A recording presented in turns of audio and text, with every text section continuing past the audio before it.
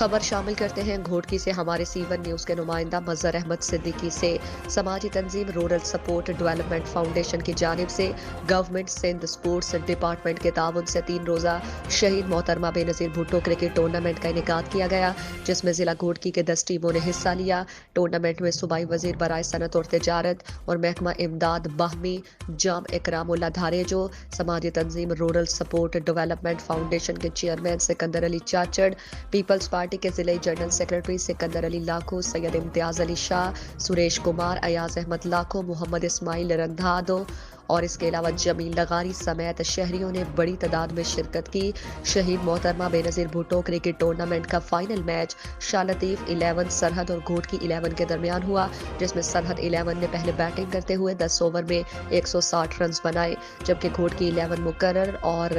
ہدف پورا نہ کر سکی اور ٹیم آل آؤٹ ہو گئی، جس کے بعد شاہ لطیف 11 سرحد نے میچ اپنے نام کر لیا۔ اس موقع پر ٹورنامنٹ میں فاتح اور رنر اپ ٹیم میں صوبائی وزیر جام اکرام اللہ خان دھاریجو اور دیگر نے نقد رقم اور ٹرافی دی۔ اس موقع پر میڈیا سے گفتگو کرتے ہوئے صوبائی وزیر جام اکرام اللہ دھاریجو اور سماجی تنظیم رورل سپورٹ ڈیولپمنٹ فاؤنڈیشن کے چیئرمین سکندر علی چاچڑ نے کہا کہ ضلع گھوٹکی میں صحت مند سرگرمیوں کو مزید فروغ دیا جائے گا، کھیلوں کے میدانوں کو آباد اور کھلاڑیوں کی ہر سطح پر سرپرستی کی جائے گی۔ انہوں نے کہا کہ صحت مندانہ سرگرمیوں کو فروغ دینے کے لیے کھیلوں کے مقابلوں کا انعقاد ضروری ہے۔ سپورٹس کے مقابلوں کے انعقاد سے صحت مندانہ ماحول کے قیام میں مدد ملتی ہے اور نوجوان نسل نشہ اور دیگر معاشرتی برائیوں سے دور رہتی ہے۔